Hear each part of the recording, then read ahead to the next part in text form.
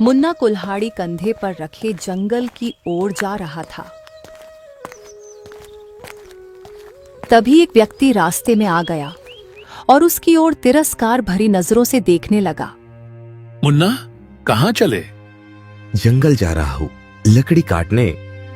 फिर वही बेकार की मेहनत। जब भी तू लकड़ियां काट कर लाता है, कुछ ना कुछ ऐसा होता है कि बेच ही नहीं पाता। और आज देखना, फिर कोई मुसीबत तेरे साथ जरूर होगी। मुन्ना गहरी सांस लेते हुए आगे बढ़ गया। व्यक्ति हंसता हुआ चला गया। कुछ देर बाद मुन्ना पास के जंगल के बीचों बीच लकड़ियां काटने में जुटा था। कटाई पूरी होने के बाद वो लकड़ियों का गट्ठर बांध ही रहा था कि अचानक उसे एक भेड़िए की आवाज सुनाई दी। भेड़िए को देखते ही मुन्ना घबरा गया और लकड़ियां छोड़कर भागने लगा। मुन्ना बिना पीछे देखे भागता रहा। मुन्ना गांव पहुंचते ही हाँफने लगा। तभी कुछ गांव वाले उसे देखकर हंसने लगे। अरे अरे, मुन्ना फिर भागकर आया क्या भाई? लगता है जंगल में कोई मुसीबत आ गई है। कहीं ऐसा तो नहीं कि जंगल के जानवरों ने भी इसे मनहूस मान लिया हो? मुन्ना ने कोई जवाब नहीं दिया और चुपचाप अपनी झोपड़ी में चला गया। आज तो बाल बाल बच गया, नहीं तो आज मेरा मरना तय था। वो घर पर बैठा ही था कि तभी गांव का सेठ श्याम लाल अंदर आ पहुंचा और मुन्ना को क्रोधित नजरों से देखता हुआ बोला, ए मुन्ना, कितनी बार तुमको याद दिलाऊं? तुम्हारा कर्ज चुकाने का समय अब आ गया है। सेठ जी, मैं जल्दी आपका कर्ज चुका दूंगा। वो क्या है कि आज मैंने जंगल में बहुत अच्छी लकड़ियां काटी थी, मगर। अरे क्या मगर? तू हमेशा कोई न कोई बहाना बना लेता है और फिर बोलता है, ये था, वो था, ऐसा था, वैसा था। अरे हाँ, मेरी तकदीर ही खराब है सेठ जी। तो मैं क्या करूं? सीधी बात है, सुन। अगर कुछ दिन में कर्ज नहीं दिया तो तेरी झोपड़ी पर कब्जा कर लूंगा और तेरे सामान के साथ तुझे घर में से फेंक दूंगा, समझ में आई? इतना बोलकर सेठ गुस्से से बाहर चला गया और मुन्ना फिर उदास बैठकर सोचने लगा। अगली सुबह मुन्ना कुल्हाड़ी लेकर जंगल की ओर जा ही रहा था कि रास्ते में बूढ़ी अम्मा मिल गईं। सुना है कल गांव के लोगों ने फिर से तेरा मजाक उड़ाया। तभी एक व्यक्ति वहां आया और मुन्ना का मजाक उड़ाने लगा। शर्म करो, किसी की मेहनत का मजाक उड़ाना आसान होता है, लेकिन तकदीर का फैसला इंसान नहीं करता। ये सुनकर वो व्यक्ति गुस्सा होता हुआ चला गया और मुन्ना चुपचाप जंगल की ओर बढ़ गया। मुन्ना ने मेहनत से लकड़ियां काटकर और गट्ठर बांधकर सिर पर रख लिया। वो खुद से बोला, आज तो किसी भी हालत में लकड़ियां बेच कर ही आऊंगा, चाहे जो हो जाए। जैसे ही वो जंगल से बाहर आया, अचानक एक भयंकर आंधी आई। तेज हवाओं से उसकी लकड़ियां चारों ओर बिखर गईं। मुन्ना बेबस होकर देखता रहा। अरे, ये क्या हो क्या रहा है मेरे साथ? मेरी मेहनत हमेशा बेकार चली जाती है, क्या करूं? निराश होकर मुन्ना गांव लौट आता है और गांव वाले फिर से उसका मजाक उड़ाने लगे। अरे देखो देखो, लगता है आज फिर लकड़ियां नहीं बेच पाया बेचारा। मुझे लगता है रब ने इसे सिर्फ मेहनत करने के लिए बनाया है, फल पाने के लिए नहीं। मुन्ना बेचारा चुपचाप घर चला गया। उसके घर खाने को कुछ भी नहीं था, वो भूखा ही सो जाता है। अगले दिन मुन्ना फिर से जंगल गया और लकड़ियां काटकर गांव की सीमा तक ले आया।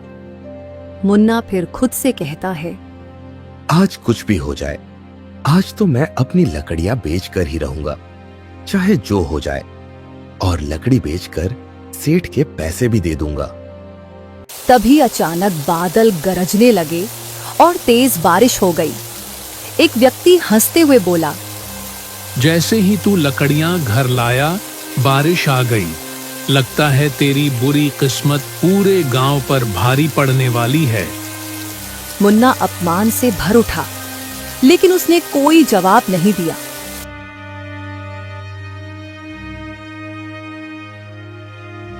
अगले दिन मुन्ना फिर जंगल जाने के लिए तैयार खड़ा था। तभी एक गांव वाला हंसते हुए उसके पास आ पहुंचा।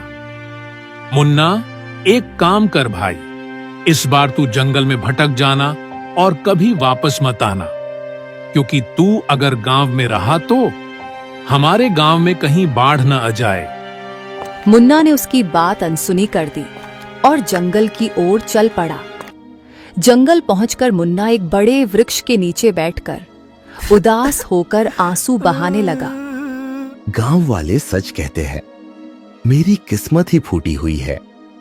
जब भी लकड़ियां काटकर बेचने जाता हूं, कोई न कोई मुसीबत आ जाती है। श्याम सेठ का कर्ज भी सिर पर चढ़ा है। अरे, अब करूं तो क्या करूं? तभी एक बूढ़ा वहां आ पहुंचा और मुन्ना को रोते देख ठहर गया। बेटा, ओ बेटा, ये तुम्हारी आंखों में आंसू क्यों हैं? बाबा, जिसकी तकदीर फूटी हो उसकी किस्मत में आंसू ही होते हैं। मैं लकड़हारा हूं, लेकिन बस नाम का। जब भी लकड़ियां बेचने जाता हूं, कोई न कोई बाधा आ जाती है। सेठ का कर्ज बढ़ता जा रहा है और गांव में सब मेरा मजाक उड़ाते हैं। बस बस, अपनी तकदीर पर मत रो बेटा। शायद तुम्हारी तकदीर में बड़ा आदमी बनना लिखा हो। मुन्ना चौंक गया और गुस्से में खड़ा हो गया। अरे जाइए बाबा जी, पहले से ही परेशान हूं और आप और मजाक बना रहे हैं।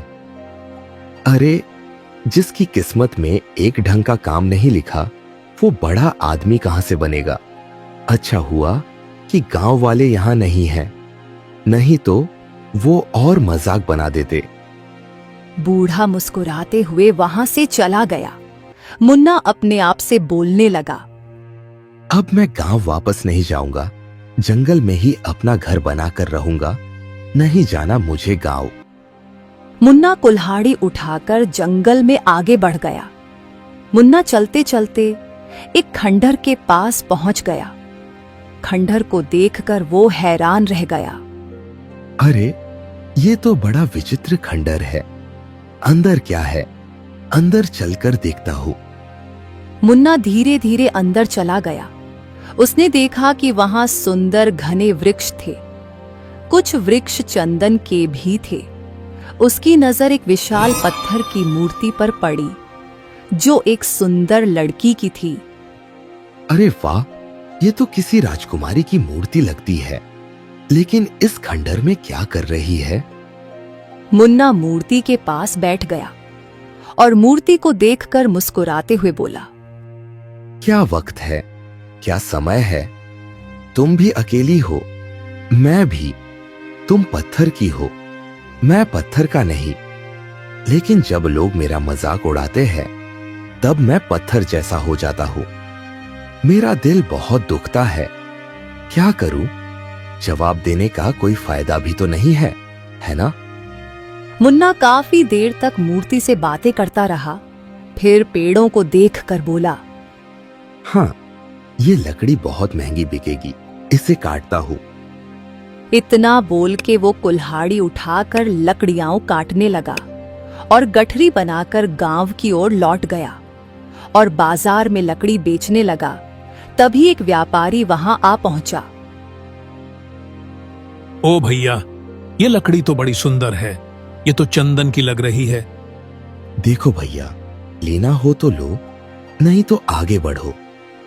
अरे हाँ हाँ, मैं खरीदूंगा। रुको रुको, ये लो भैया, ये लो इसकी अच्छी कीमत। मुन्ना ने खुश होकर धन रख लिया और व्यापारी लकड़ियां लेकर चला गया। तभी वहां एक व्यक्ति आ पहुंचा। अरे मुन्ना, ये तो चमत्कार हो गया।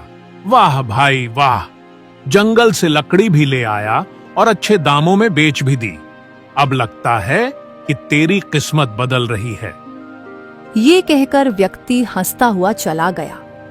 मुन्ना पैसे लेकर सेठ के घर चला गया और सेठ का कर्ज देते हुए बोला, सेठ जी, तुम्हारा कर्ज चुका दिया है, ठीक है।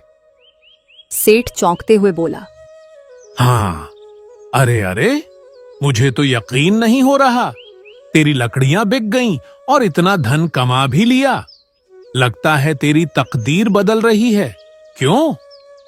मुन्ना बिना कुछ कहे वहां से चला गया, लेकिन उसके कानों में व्यक्ति और सेठ की बातें गूंज रही थीं। क्या सच में मेरी तकदीर बदल रही है? अगले दिन मुन्ना फिर से उसी एक सुनसान खंडहर में पहुंच गया। मुन्ना कुल्हाड़ी लेकर अंदर पहुंच गया। जैसे ही उसकी नजर सामने खड़े चंदन के पेड़ पर पड़ी, अरे, ये कैसे हो सकता है? मैंने तो कल ही इस पेड़ को काटा था, फिर से वही पेड़ खड़ा है। ओरे बाबा रे बाबा, कुछ तो गड़बड़ है। यहां तभी मुन्ना की नजर पत्थर की मूर्ति पर चली गई। वो उसके पास चला गया और उसे ध्यान से देखने लगा। तुम्हें पता है, अरे कल पहली बार ऐसा हुआ कि मैंने लकड़ियां काटी और बाजार में अच्छे दामों में बिक भी गई। शायद तुम मेरे लिए भाग्यशाली हो। काश कि तुम मेरी बीबी होती। माफ करना, मुझे तो ये कहने का कोई अधिकार ही नहीं है, लेकिन हाँ, सच कहूं तो जब पहली बार तुम्हें देखा तभी मुझे तुमसे प्रेम हो गया था। अब क्या कर सकते हैं। कुछ देर बाद वो फिर से चंदन का पेड़ काटकर लकड़ियों को बाजार में बेचने चला गया। अब मुझे सच में लगता है मेरी किस्मत मेरा साथ दे रही है। मुन्ना अगले दिन फिर से खंडहर में आ पहुंचा। उसने देखा कि पेड़ फिर से उग चुका था। ओरे बाबा रे, फिर से वही पेड़। ओरे बाप रे बाप, ये तो जरूर कोई जादू लग रहा है। मुझे लगता है ये हवेली जादुई हवेली है। इतना बोलकर वो मुस्कुराते हुए मूर्ति के पास उसके सामने बैठ गया। तुम बहुत ही रहस्यमय हो, लेकिन न जाने क्यों तुम्हें देखकर मेरा मन हल्का हो जाता है। शायद इस खंडर की वीरानी तुम्हारी वजह से कम हो गई है। बहुत दिन बीत जाते हैं। मुन्ना हर रोज खंडर में जाकर मूर्ति से बातें करने लगा और चंदन की लकड़ियों को बाजार में बेचने लगा। उसकी किस्मत चमकने लगी। जो लोग मुन्ना का मजाक उड़ाते थे, अब वही मुन्ना का सम्मान करने लगे। एक दिन मुन्ना मूर्ति के पास बैठकर गहरी सांस लेते हुए उससे बोला, तुम मेरी साथी बन गई हो। तुम्हें देखे बिना मेरा दिन नहीं कटता है। काश तुम पत्थर की नहीं बल्कि जीवित होती। मुन्ना ने इतना कहा ही था कि तभी पत्थर की मूर्ति से एक सुरीली आवाज मुन्ना के कानों में टकराई। मैं कब से तुम्हारी बातें सुन रही थी मुन्ना। तुम्हारी सच्चाई ने मेरे अंदर की आत्मा को जगा दिया है। अब मैं तुमसे बात कर सकती हूँ। पत्थर की मूर्ति को बात करते हुए देखकर मुन्ना घबराकर इधर उधर देखने लगा। तुम चौंको मत मुन्ना, ये सच है। ऐसा लगता है जैसे मैं फिर से जीवित हूँ। तुम विश्वास नहीं करोगे, लेकिन जब तुम चले जाते हो तो मुझे बहुत बुरा लगता है। मैं हर रोज तुम्हारे आने का इंतजार करती हूँ। मेरा बिल्कुल भी मन नहीं लगता है। अच्छा, और तुम्हारे श्राप का अंत कैसे हो सकता है? मेरा श्राप केवल वही व्यक्ति तोड़ सकता है जो पहाड़ों पर रहने वाली बकरी को वहां रहने वाले दानव से छुड़ा कर लाएगा। इस श्राप का उस बकरी से क्या लेना देना है? बहुत समय पहले मेरी वजह से वो बकरी उस दानव ने पकड़ ली और आने वाली अमावस की रात को वो दानव उस बकरी को मार डालेगा, जिससे उस दानव की शक्ति और बढ़ जाएगी। लेकिन तुम पत्थर कैसे बनी? ये सब होता देख एक बूढ़े ने मुझे बद्दुआ दी थी कि जब तक ये बकरी आजाद नहीं होगी तुम पत्थर की रहोगी। उसकी बद्दुआ से रब ने मुझे ऐसा कर दिया। ठीक है, मैं तुम्हारे लिए वो सब करूंगा जिससे तुम ठीक हो जाओ। पर मुन्ना, वो दानव बहुत खतरनाक है। तुम्हें छुपकर उस बकरी को यहाँ लाना होगा। ठीक है, मैं उस बकरी को यहाँ जरूर लाऊंगा। मुन्ना वहां से चला जाता है। पहाड़ पर एक बहुत ही खतरनाक दानव रहता था। मुन्ना पहाड़ों की तरफ पहुंच जाता है।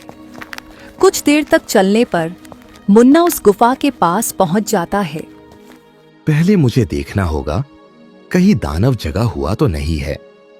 मुन्ना चुपके से गुफा के अंदर देखता है। वो देखता है दानव सो रहा होता है। मुन्ना यह देखकर अंदर जाता है। उसको बकरी दिख जाती है। वो चुपके से बकरी के पास जाता है और बकरी को बाहर ले आता है। फिर मुन्ना उस पत्थर की मूर्ति के पास पहुंच जाता है। देखो, मैं इस बकरी को ले आया हूँ। तभी वो मूर्ति एक सुंदर लड़की के रूप में आ जाती है। वाह, तुम तो ठीक हो गई हो। हाँ मुन्ना, तुम्हारी वजह से मैं बिल्कुल ठीक हो गई। मेरी एक गलती ने मुझसे मेरा सब कुछ छीन लिया। अब मेरा तुम्हारे अलावा कोई नहीं। क्या तुम मुझसे शादी करना चाहते हो? हाँ, जरूर। पर मैं बहुत गरीब हूँ और मेरी किस्मत भी बहुत खराब है। तुम मेरे साथ नहीं रह पाओगी। तभी वो पास खड़ी बकरी बोल पड़ती है। तुमने मुझे उस दानव की कैद से छुड़ाया।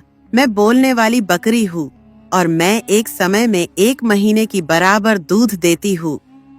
ये सब सुनकर मुन्ना और मुन्नी चौंके रह जाते हैं। वाह, तुम तो बोलने वाली बकरी हो। ठीक है, हम तुम्हें हमेशा अपने साथ ही पालेंगे। उसके बाद ईमानदार मुन्ना का जीवन बहुत अच्छा हो जाता है और वो अपनी पत्नी और अपनी बकरी के साथ खुशी खुशी रहने लग जाता है। प्यारे दोस्तों, हमारा टाइम कितना भी बुरा हो लेकिन हमें कभी हिम्मत नहीं हारनी चाहिए और अपना काम हमेशा मेहनत से करना चाहिए। प्यारे दोस्तों, इस कहानी को लाइक, कमेंट और चैनल को सब्सक्राइब करना बिल्कुल ना भूलें। Thank you.